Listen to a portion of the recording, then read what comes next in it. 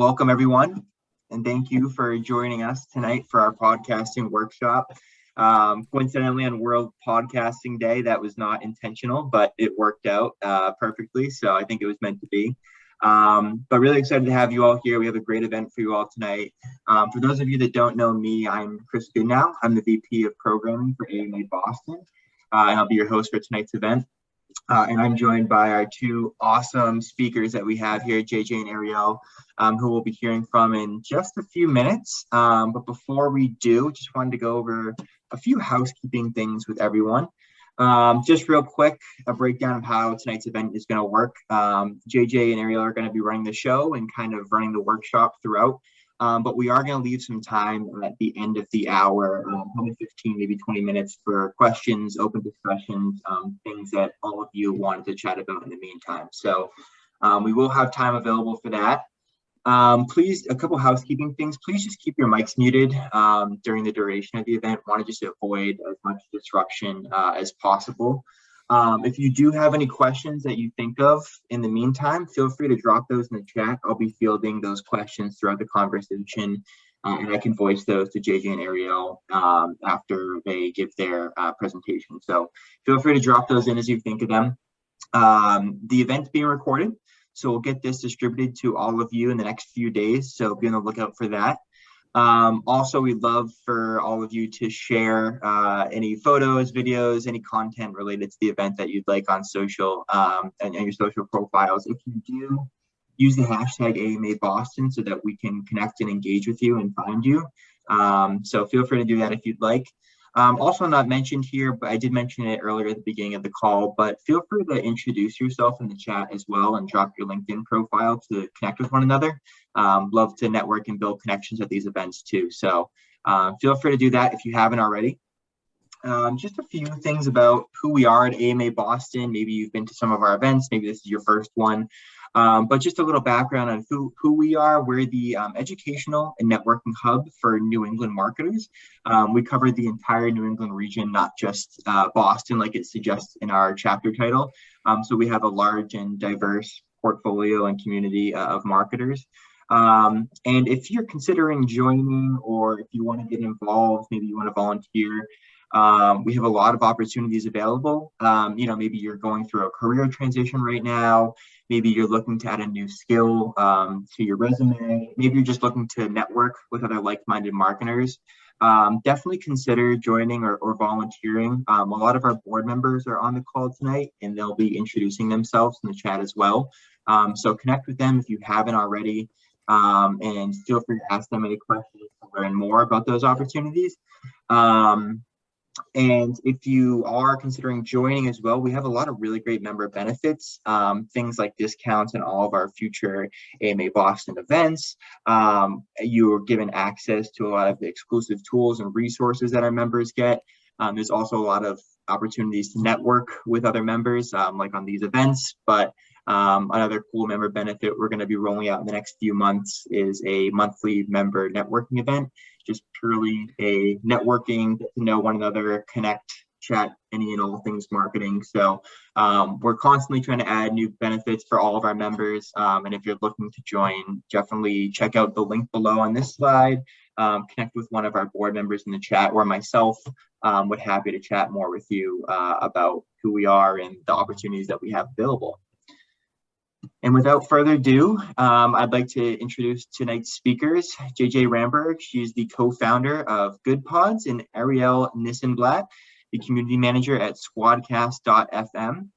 And rather than read from the short bios there, I will let them introduce themselves to you all. So without further ado, JJ and Arielle, I will stop sharing my screen and I'll let you take it away.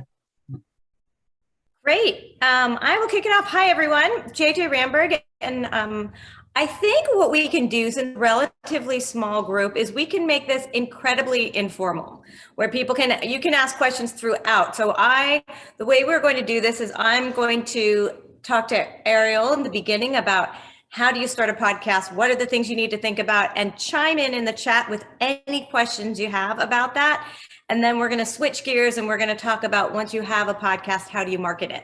So I'll give 2 seconds on my background and then I'll switch it over to Arielle and then we can dive right in. But again, feel free to dive in with questions at any time.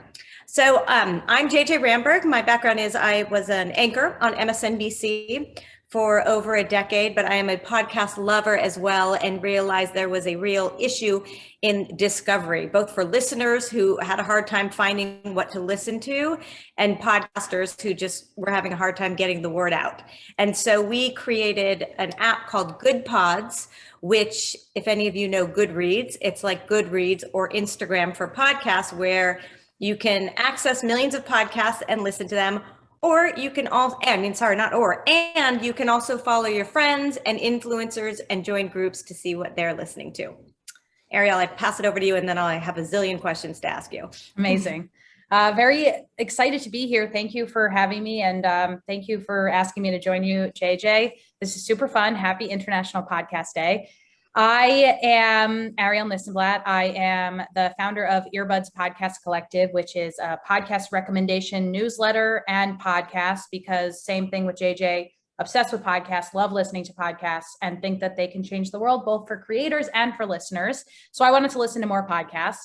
And that kind of led me on this path to being part of this podcast community, which is huge and really a welcoming place. And so we're going to talk a little bit about that today, how to get your foot in the door, and more importantly, how to create a podcast that doesn't just start and then fade out, but is something that you can use to promote yourself as a marketer or really just as a creator. So I guess let's get into it. All right, awesome. Okay. I will start by, because this is a marketing organization, and I saw a lot of you are just thinking about diving into starting a podcast. My first question is it worth it? How much time does this take to even decide if we should do it or not? That's a great question. So I think the first thing to think about is that your podcast it's going to take a lot of time if you want it to be good. And at this stage in the podcasting process, it does need to be good. I'm sure you've seen statistics that there are over 2 million podcasts out there nowadays. The truth is there aren't 2 million active podcasts out there nowadays. There's something like 800,000. Some people say even less, and some are dropping off every day. More are being created every day. But if you decide to create one, it's going to take a lot of time to make it good. And there's some money involved in making it good. Yes, you can take your cell phone, record into the voice memo app, upload that to a free podcast hosting site like Anchor, and then put it out into the world. But that's just the production process. And that doesn't necessarily mean that your podcast is worth listening to. And then comes the marketing process, which we'll get to. But is it worth it in this day and age? It is, if you have something unique to say. So you're a marketer from Boston. Amazing. Tell us something unique about being a marketer in Boston. Maybe you're interviewing other entrepreneurs in the Boston area. Maybe you specifically only talk to women entrepreneurs in the Boston area. That is a unique angle. I talk to a lot of business people who have started podcasts, not so much because they care about people listening to it, but because they find it's a good way to make contacts. Yeah. So if you think about the reasons, it's so funny. I remember when I launched a book a long time ago, I met with an author and they said, well, why are you launching it? And I said, well, obviously, because I want people to read it. And he said, no, not obviously. There are a zillion launch a book. Do you want to get the speaking circuit? Do you want to, all kinds of things. So what things should you ask yourself? What is your, what are different kinds of goals in creating a podcast? Yeah. So a few different ways to go about this. So say you're let's just use Peter, for example, because I see your name up here, and you have a community cable company. Amazing. I love an example. So say you want more people to find out about your community cable company.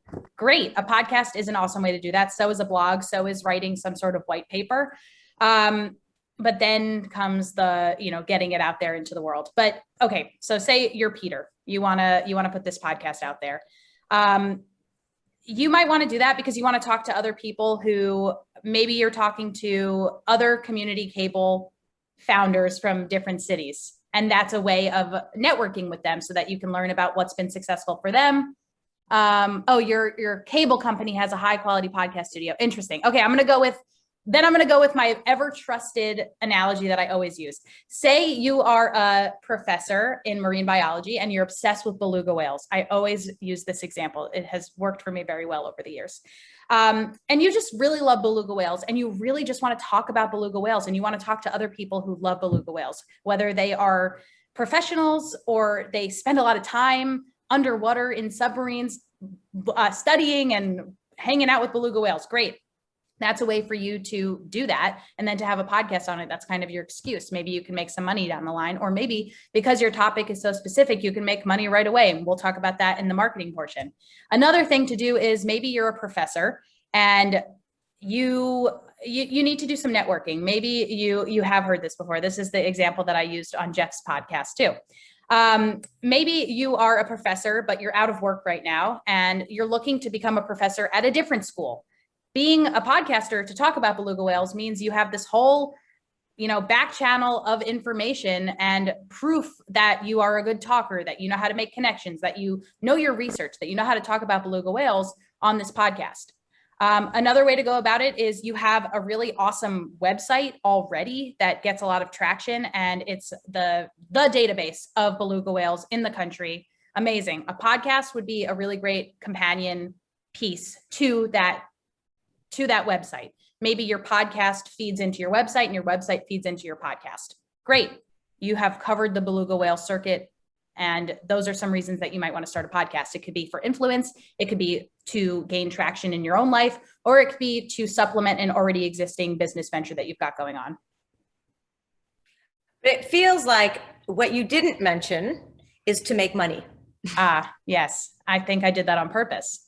Yeah. So there are ways to make money with your podcast. I'll give my example. So I used to run a podcast called Counter Programming with Shira and Arielle, and it was what I called a pandemic distraction cast. And it started in March of 2020 because I was stressed all the time because of the pandemic, because all of the podcasts out there were saying doom and gloom about the pandemic. We're all stuck in our homes, the disease, you can get it if you touch somebody. It was back then. And we didn't know. And we were just so freaked out. So I called my friend Shira and I was like, let's start a podcast where every episode has to do with a different type of count or counter, literally counter programming. So we did episodes on countertops like marble, steel, granite, and wood, and we debated the merits of them. It was ridiculous. But the reason it did well is because it was so niche and strange and our personalities were loud. And what we did in order to not so much make money, but to recoup some of our costs was we went after advertisers that made sense with our specific topic. We didn't get that many listeners. We had about 1,500 downloads per episode in the height of our podcast, which is not a lot, but we'll talk a little bit more about numbers and what makes a good number or a number that leaves something to be desired in a moment. We had about 1,500 downloads per episode. And we were still able to go after we were still able to go after advertisers at that point because our topic was so niche. And most importantly, our pitches were very strong and clear and concise. And we'll talk about that in the marketing portion as well. But I don't think when you're starting a podcast, you should have money in mind right away. You should have, what is this podcast going to do for the listeners and for me? For the listeners, you want to entertain them. They want to tune in because it's something that they want to listen to. There should be a unique value proposition to your podcast. Like I said, it shouldn't be a podcast about marketing in Boston. It should be a podcast about marketing in Boston, talking specifically to women entrepreneurs or to people who have restaurants in Boston. And you're talking to them because you have a background in becoming a restaurateur, which I just learned doesn't have an N in it, restaurateur. It's just restaurateur. I know that might blow your mind. Anyway, that's my answer, JJ. I know. Do you think of that as, I know I'm spelling it out right now. Is a podcast a good marketing vehicle? If you have your list of all the things you need to do in podcasting, is it a good marketing vehicle for your business? So I work for a company called Squadcast, which is a remote recording platform. So it's very much within the podcast space. It's basically a podcast specific Zoom room. So you would send somebody a Squadcast link, you'd press record. At the end, you'd have a high quality video and audio recording of your conversation that you can then make into a podcast. Great. We started a podcast not only to drive people back to our website, but also to establish the co-founders of the company as experts in the space. So what that means is the co-founders, Zach and Rock, once a week, they get together, they talk about something in the podcast industry, and then they talk to somebody else in the podcast space. So that kind of covers all of these bases. Number one, it's bringing people back to squadcast.fm, because in the conversations that they have, they run some ads that say, we're running a special for people who are listening to this podcast, go to squadcast.fm. They're also establishing themselves as thought leaders in the space because they're giving their hot takes on what's going on. And then they are also interviewing people in the space that they might not have access to otherwise. JJ was a guest on the show. They didn't know JJ beforehand, but I said, you should interview JJ about Goodpods. And they've gotten to interview a ton of different people about their initiatives in the podcast space that they might not have had an excuse to talk to otherwise. So is it something, it's really, there's no silver bullet to your marketing. And I'm sure you know that there's no one thing that works. And I know marketers are all about testing. And I think podcasting is a great way. It's a great test to put out there if you have some money to play around with. Do you have some ideas of just where to go? And Squadcast is a great place, so feel free. I'm giving you free permission to promote your own service. And I've done a ton of podcasts on Squadcast now. So if someone is just starting out, what is sort of the ABC of get this equipment, sign up with this company, and hire this producer or whatever it is? Yeah. So let's talk equipment first of all. You want to use a microphone, and you want to use a dynamic microphone. There's two types of microphones that we're going to talk about here today. One is condenser, one is dynamic.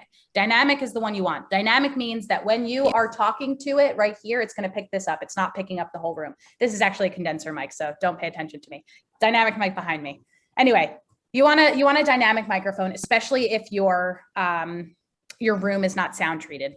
A condenser mic is better if you have a nice fancy room with padding up on the walls. You can see I'm in my little studio apartment right here. The walls are a little bit cavernous. I have the window open behind me. So I'm just speaking really right into the computer right now. But if this were a podcast recording, I'd probably have my dynamic mic with me. Some options. You've got the NT USB Rode Mini. And if somebody who's available wants to type this into the chat while I'm speaking, that would be lovely. Otherwise, you can feel free to contact me on Twitter afterwards. NT USB Rode Mini is awesome. There's the Samsung Q2U. Yes, we will definitely share the products. Samsung Q2U. There is also a really great microphone that does not break the bank at all called the ATR 2100. And then if you've got some real cash to play around with, there's the Shure SM7B.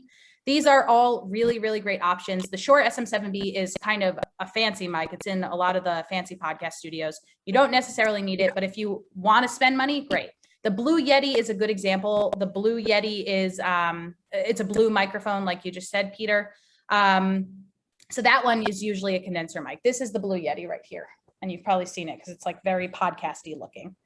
So we'll get a list from you of all the, no, it's good. But what do you do? Do you sign up with Squadcast, or how do you get podcast out there? Yeah, you need to figure out your recording software. You need to figure out, first of all, like what you want your show to be. So is it just going to be you chatting to the screen? Great. If that's the case, you don't need a recording service like Squadcast or Riverside or Zencastr.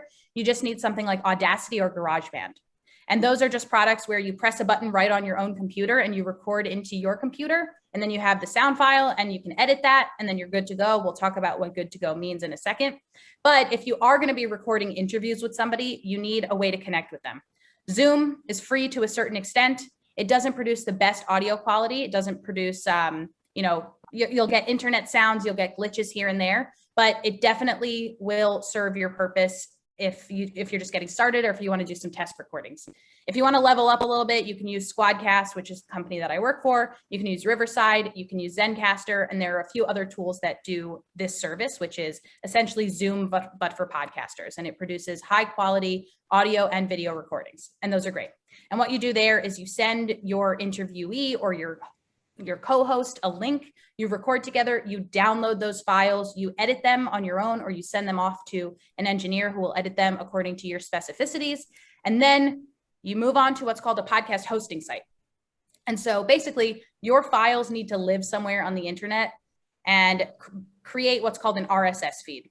And so you need to choose a podcast hosting site. A few options are Buzzsprout, Captivate, Simplecast, Libsyn, Podbean. There are so many. And of course, we'll share all of this in afterwards. And hopefully, if you want to connect with me on Twitter, I am happy to share, or maybe somebody's taking notes somewhere.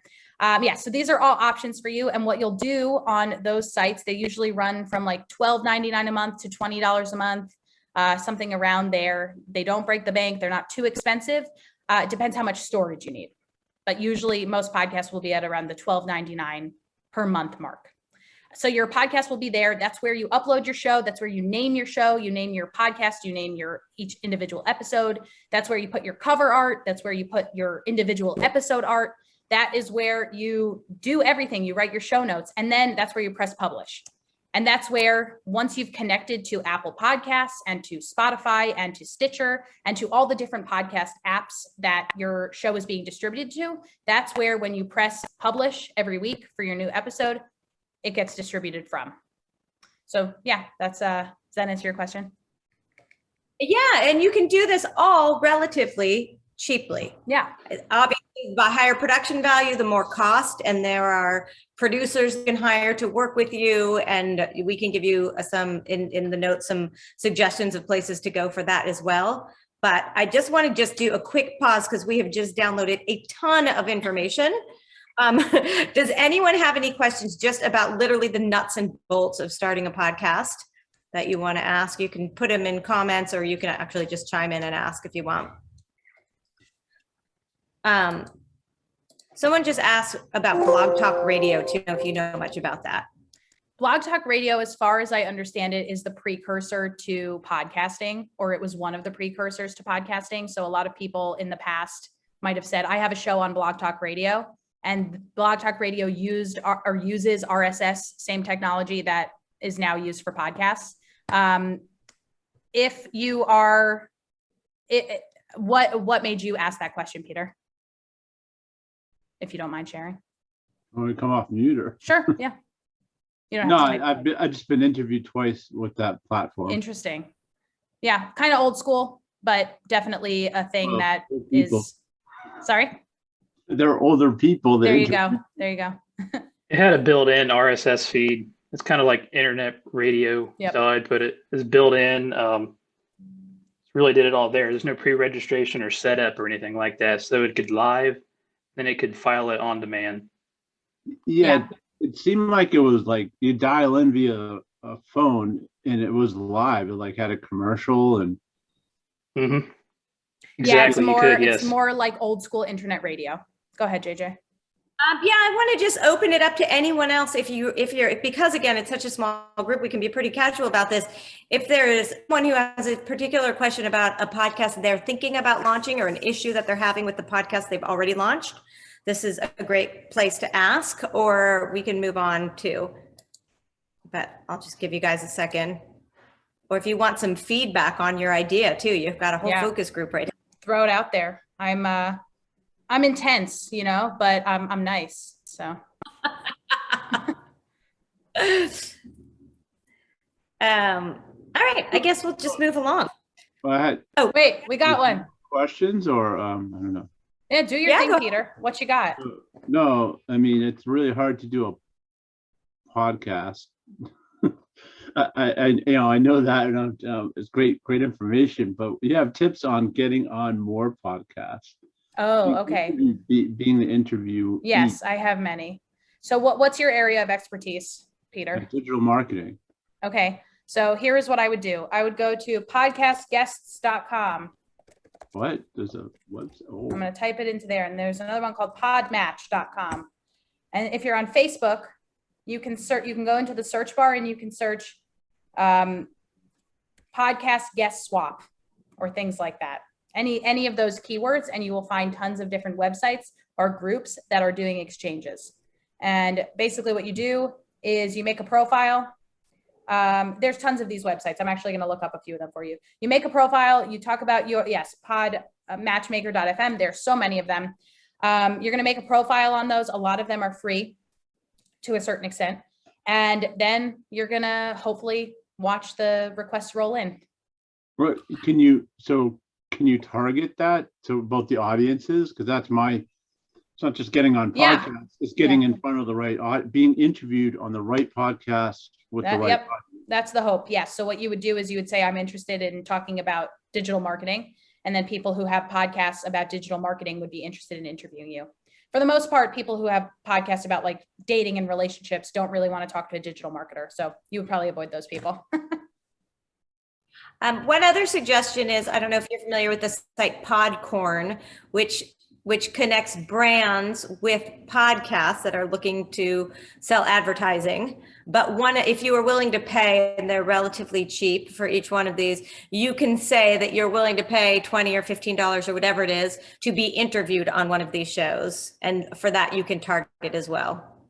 So again, if you I paid, but it was my friend's podcast, and the audience was wrong, but I was helping them out. So that's interesting. You should never pay, generally speaking, to be a guest on a podcast unless you're doing it on Podcorn. No, it was no, I didn't have to pay to be a guest. It was to pay to be a sponsor. So for episodes, he mentioned my company, even though that I was on. So it wasn't that much. It was like $100. That's not bad at all. That's worth it for these smaller podcasters. If the audience is right, I would give them money to be a sponsor. Okay. Yeah, definitely look at podcorn.fm. I'll type it into the chat. Thank you. I have a quick one. I just curious. Not popcorn, PODCORN, podcorn.fm. Sorry. What were you saying, Chris? I'd just be curious to get both of your thoughts on this, because I launched a couple of podcasts myself a few years ago, and this was something I struggled to find a good website for. And I saw a few people in here looking to start podcasts at their companies as well, so they might experience the same thing. But what do you both think about intro, outro music, kind of where to find that for your podcast? Any suggestions, thoughts on anything like that? Yeah, absolutely. I have a few websites that I like to go to for royalty-free and generally money-free music. One of them is called Pixabay. I will put it into the chat. Basically, if you Google the phrase royalty-free podcast music, you will find what you need. You do not want to take something from YouTube and pass it off, because somebody will find you eventually. Even if your podcast is small, it's just not a good thing to play around with. But yes, generally speaking, what you want to be looking for is royalty-free music. There are some that are a little bit more expensive, but worth it. Like Epidemic Sound is amazing. Basically, what you can do with Epidemic Sound is you can get a whole song with all of the instruments, or you can get the stems. So you can really use that song throughout your show. Maybe you want to have the full instrumental up at the top and at the back, but then throughout you just want to have, maybe it's the piano or the saxophone. I'm really bad at music. Something that sounds great and makes people want to tune into your show. I'll put some into the chat right now. And there are also, if all of this feels overwhelming to you also, there are companies that you can pay, not that much, who will do the whole thing for you. And so for Max's podcast, if you know Max Brandsetter, Arielle, I don't know if you know him, but he will produce the whole thing for you. So they'll do all of this back end stuff. They'll put it together. They'll send it to the hosting site, and you can just be involved in doing the creative of the whole thing. And it's a sliding scale. So you can go with someone really expensive for a beautifully produced podcast, or you can go someone with a little more bare bones who will put music on, et cetera, and just do things so that you don't have to worry about it. And so we can give you suggestions for that as well. Okay, let's switch gears. You have a podcast. Yeah. So we've gone to podcasts. Now, how do you get it out there? Yeah, so your marketing should start way before you launch your first episode. And good news for you marketers, you've probably already done some personal marketing, and you already have your social handles, or you already have your email newsletter, or you already have your, I don't know, physical mail addresses that you send leaflets to. Probably not anymore. Anyway, what you would do beforehand, before your podcast launches, is you'd create an episode 0, which is going to be your 30-second to 3-minute trailer of sorts. And in that trailer, you're going to talk about who you are, why you're doing this podcast, some music, maybe a clip or two from some of the interviews that you've done, or from some of the chats that you've had with yourself about your topic. And you're going to put that out, and that's what you're really going to work on getting some listens on. And there are a few ways to do that. And JJ, let's have you talk a little bit about how Goodpods is happening is helping that effort. And then I'll go on to some other areas as well.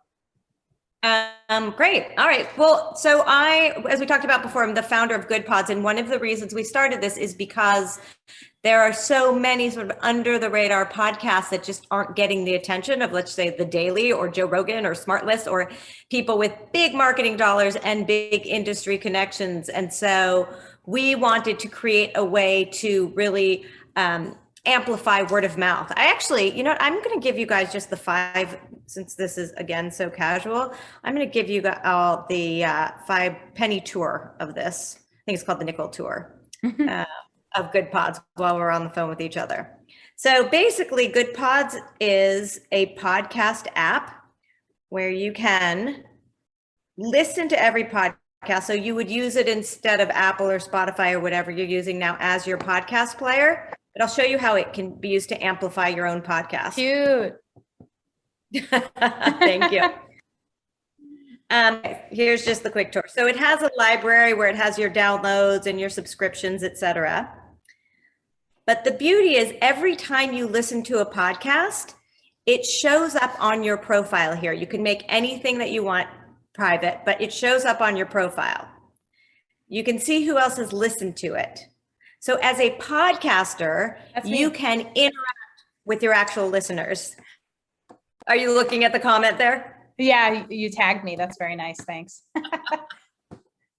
And then every time someone listens to your show on Goodpods, it goes into the feed. Sorry, it's sometimes slow. And so on Zoom. But so it is instant exposure. So that, for example, Ross in Telesano listened to the Low post. If he listened to it on another app, it would just go into Never Neverland. Because he listened to it on Goodpods, it is instant marketing for, excuse me, that podcast, because now on all of Ross's friends see that he's listened to it. Excuse me. And on the Everyone feed, everyone on the app has seen that he's listened to it. So it's a very good way to amplify word of mouth. And we see all the time under the radar podcasts go viral as friends see it, and then their friends and their friends.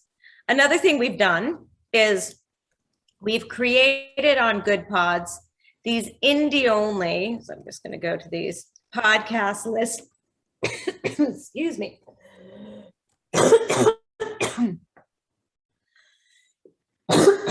Goodpods is great. So that independent. Thank you. Hold on, I'm going to go on mute for a second. Okay, I'll talk while you do that. Let her get her coughs out.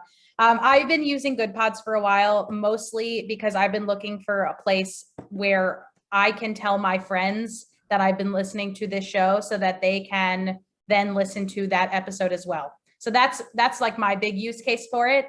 And then another big thing is I will scroll the homepage pretty often to find shows that I know JJ is listening to and Team Goodpods, so that I can then be like, oh, I saw that you listened to this episode, like, let's talk about it. So it just acts as a big marketing tool for these podcast episodes.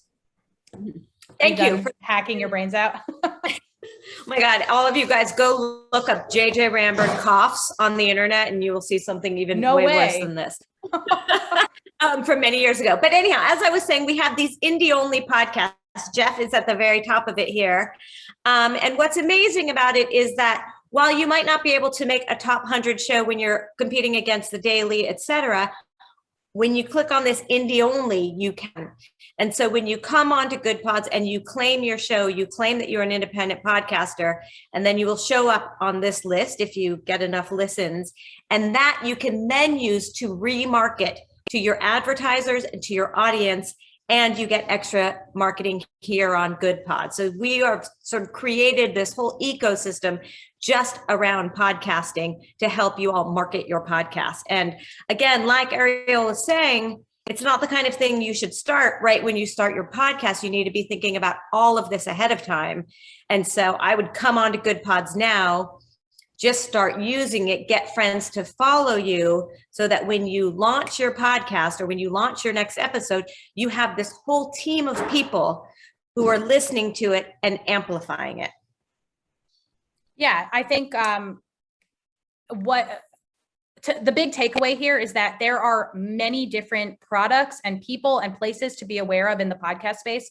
as you launch. And one of those places is Goodpods. And Goodpods, if used right, can really help you ramp up your podcast, both in the launch phase and as you release episodes week by week.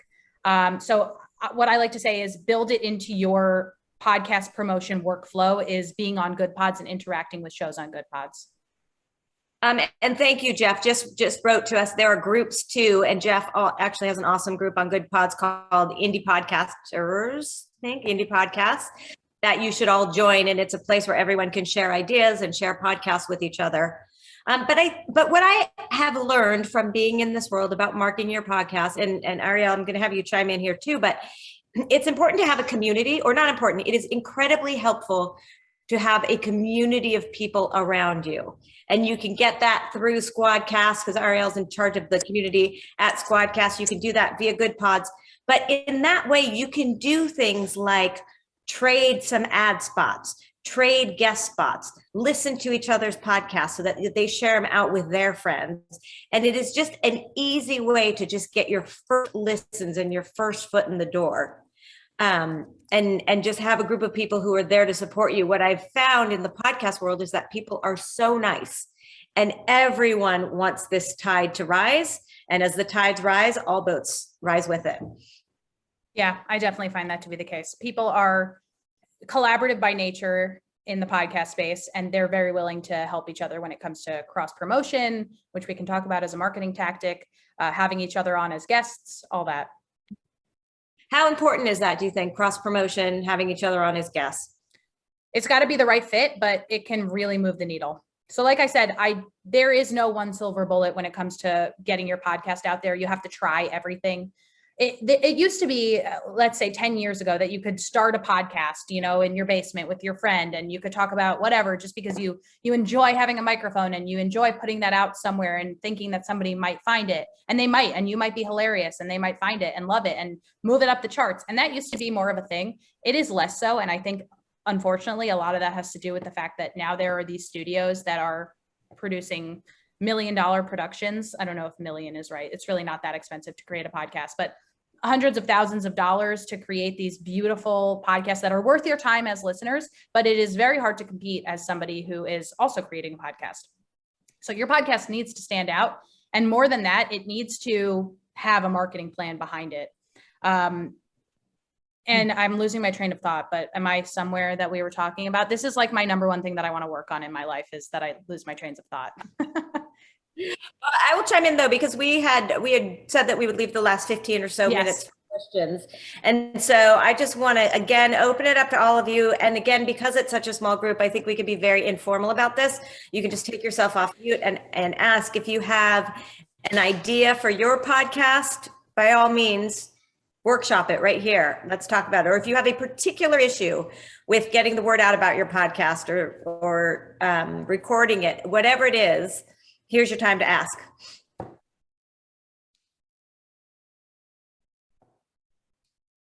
No one? Anyone? They're just shy. It'll take a moment. I can keep going about podcast marketing best practices if that would be helpful. You can just give a thumbs up, thumbs down type thing if that's of interest. I can only see a few of you. Brian looks super interested. I've got a question. Yes, Go ahead, podcast father.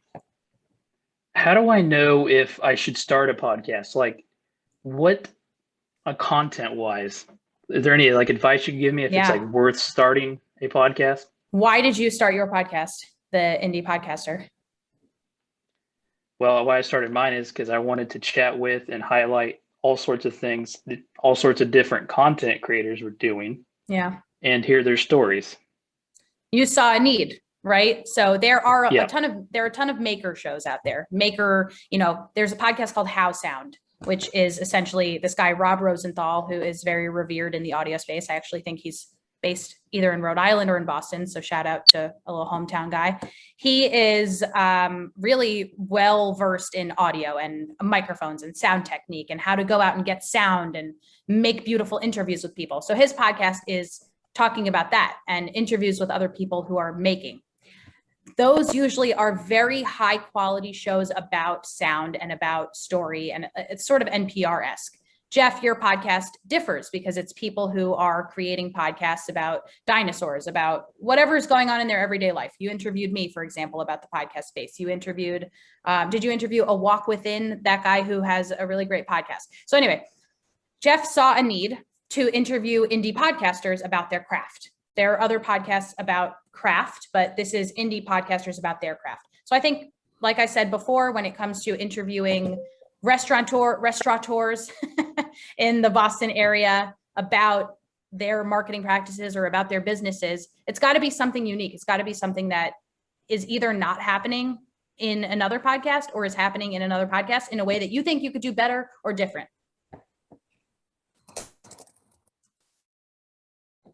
Jeff, does that answer your question?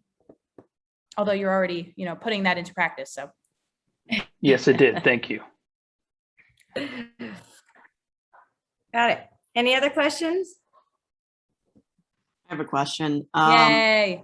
I'm sorry if I missed this. I got here a bit later, but how much, or on average, I know you talked about, outsourcing for editing, producing and whatnot, depending on, level of comfort, a lot of factors. When you first started, did you guys do it all yourselves at first, or were there certain parts that you were like, we definitely need someone to do this for us? Yeah. So I will speak to a podcast that I still run. So I have one podcast that was a limited run series, and then I have one that's an ongoing. It's a podcast recommendation podcast. Weekly, I talk about podcasts that I'm recommending on my newsletter, and then I interview somebody in the podcast space. From the beginning, I decided that I was going to invest in making it sound good. And what that meant to me was getting music, getting an engineer who would go through it afterwards, take out my ums, buts, and ahs and things that were repetitive or that were stupid or that I said wrong. And then he also puts in the music. He makes sure the flow is nice. He puts in transition sounds between things. And I decided early on that was something that was important to me, that I wanted to spend money on. And it does cost money. I happen to be friends with this guy, so he gives me a discount, which, there are people out there who have these skills. But it's definitely, it's a piece of change. And over time, yeah, maybe you'll make that back, or maybe you'll be able to break even with your episodes or even make money. And we can get there if we have some time. But I decided early on to prioritize that because I knew that I wanted it to sound good, because you will lose people if you don't have great sound quality. Do you want specific numbers? No, it makes sense. I appreciate that. Yeah, I think it's just level of time and effort I want. Yeah, is how much of outsource. I think, and it doesn't have to be that expensive. There are some places that'll turn an episode around for like $75. It really doesn't have to be that bad. Especially if your show is just a chat show, you and somebody else, or you with one interviewee each week. Another thing to consider is your podcast episode art and your podcast cover art needs to look good. People will, I think people, don't judge a book by its cover is a really nice idea, right? Like I believe that with people. If somebody looks a certain way, I don't want to judge them, but you should judge media by their cover, because often it really is an indicator of how much the creator is spending on, or how much time, how much effort that creator is spending on their product, what they're putting out into the world. And you'll notice that you can get relatively cheap by going to someplace like 99 Designs or Fiverr. Yeah. And putting something out there. I've gotten some great designs for various projects I've done over the years using those sites. Yeah. That was super helpful. Thank you. And I had one other question. Please. You're the only one so far, Emily. We got you. This is a one-on-one guess session. so. I and Chris knows this too. I've talked to him a bunch about starting my own podcast. So love to get feedback and advice. But I think getting guests at first is easy with friends and network. But there's a point when you do want to kind of get bigger people and people that are more well known. Do you have any advice on how to get to that point? Totally. Yeah. You could get to that point right away. Shoot for the stars. Like we said before, the podcast space is extremely willing. I did a thread on Twitter the other day where I said, do you want to be a guest on people's podcasts, or do you need a guest on people's podcasts? let's make some matches. And I made a ton of matches because people just want to talk to each other and they want to look for opportunities to promote themselves and their podcasts. So what's your potential topic, Emily? Friendships. Amazing. That is broad enough that you could go on forever. Right. I already know like 30 people who are pretty consistent in commenting on my Twitter threads just like that, who talk about relationships, friendships, happiness, goodness, all these keywords that are sort of related to what it is that you would be podcasting on. So, I mean, the first thing I would do, I don't know if you missed this, but if you look a little bit up in the chat, podcastguests.com, podmatch.com, matchmaker.fm, a whole bunch of other websites where you can go and say, I have a podcast. It's called The Friendship Circle. And we talk to somebody every week about a friendship that most impacted their life. And on this episode, I'm talking to Katie, and she's my best friend from kindergarten. Next week, I'm talking to this person who I don't know about a friendship that really impacted their life. Great. You'll definitely find a ton of people who want to talk about that topic. And you can look for them on, I recommend looking for them on these podcast match websites rather than on like asking friends and family, because it's going to end up being an Emily fest and you want it to, go beyond that. Yeah, that's my worry, is that it's my friends, and wanting to make sure that I'm reaching other people. One other suggestion for you, Emily, is for bigger names even, go to people who have just launched books. Because I don't care how famous someone is, when they just launch a book, they are willing to do anything to get that out. And so go to them, somehow figure out who their PR person is and go pitch yourself. Yeah. And same with podcasts. There's like professors who talk about friendship.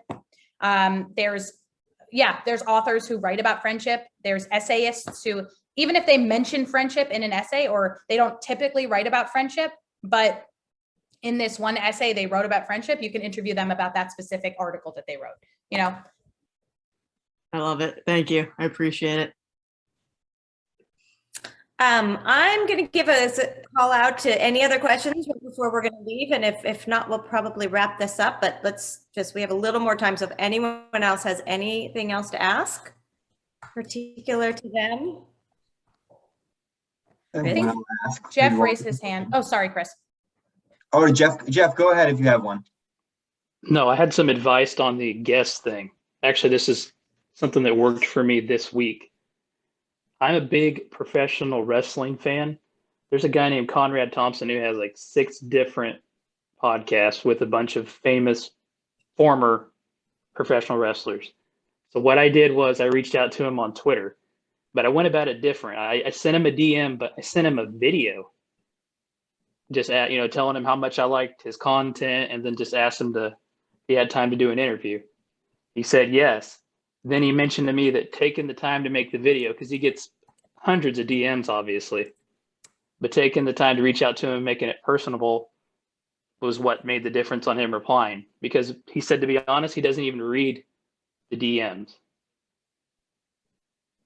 So that's something that I actually did this week that worked. If you're looking, just don't be afraid, I guess, to take a chance. It's not going to hurt anything. Right, absolutely. Thank you. Also be patient, right? You might not get it for the first 10 episodes, and then you might get someone great on the 11th one. So just keep at it. Yeah, and your pitch has to be, I always say, and I'm sure this is a principle in marketing, you have to be willing to give more than you're willing to receive. So your email should reflect that kind of ask, that kind of style. So, not like, hey, come on my podcast, but hi, I respect your time. I know you're busy, qualifiers like that before you make your ask. Hey, JJ. I just begged Arielle. What, Jeff? Oh, you begged I said me. I just had to beg you. Yeah, that's sorry. Got a quick Chris, question for you guys. Oh, right. From your perspective on a national level, where do you see the podcast space going in 2022? I've heard local chatter of like it's in its infancy as a podcast space in general. Kind of what's your takeaways there? JJ? I will start. Sure. I think it is absolutely in its infancy. So I think you will see all kinds of big companies trying to get exclusive podcast deals.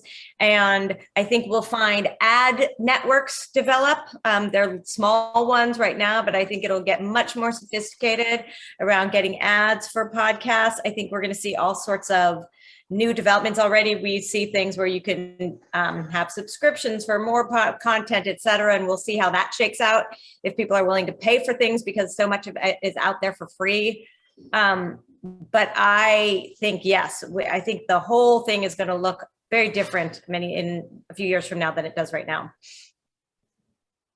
I agree. I think there continue to be so many big companies getting into the space, smaller companies who purport to have a product that will change things around. I think some of those will stick, some won't.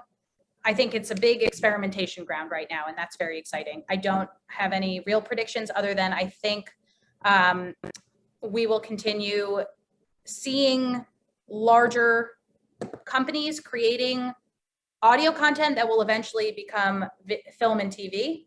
So look out for that. That's interesting. IP is a fun area here. And I also have a hope, which is that there will be, this will continue to be a place where women and people of color can continue to have their voices heard in places in audio, whereas in TV and film at its infancy was very different. So, you know, I think podcasting really does offer us a big opportunity to hear from underrepresented voices. Sweet. Well, thank you all so much for coming.